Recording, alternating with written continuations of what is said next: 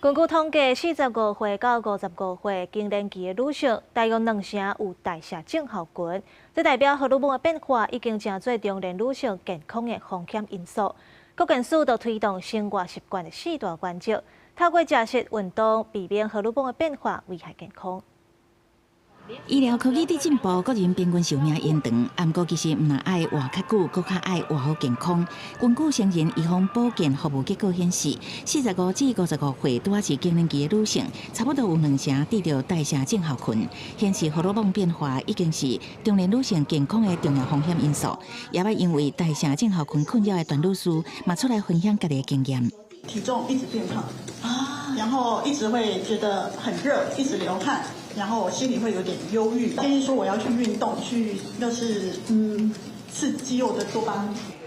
更年期的女性因为荷尔蒙的变化，较会有三项悬、甲腰变粗、好胆固醇不足。若是以上的危险因素有3项以上，这就是得到代谢症候群。为了协助女性健康度过更年期，国民健康署推出生活习惯 F4 守则，包括饮食平均、规律运动、愉快心情，也甲朋友支持，希望降低更年期代谢症候群等相关慢性疾病风险。 其实我们有观察到，这个45到55岁的女性哦，如果能够配合代谢症候群里面的这个饮食的控制，然后生活形态的改变的话，其实3成5的人他的症状其实是会改善的，那甚至1成5的人他其实会完全缓解。妇产科医师要协助妇女要面对代谢症候群，我们有4个核心的要件哦。第一个就是要关怀。 鼓舞、奖励跟陪伴，要相信他虽然现在罹患了代谢症候群，但是他是可以逆转的。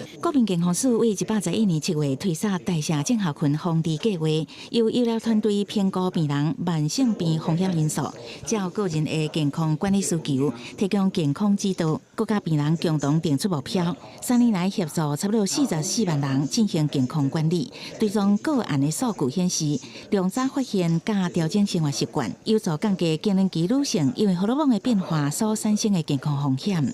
公司新闻采访报道。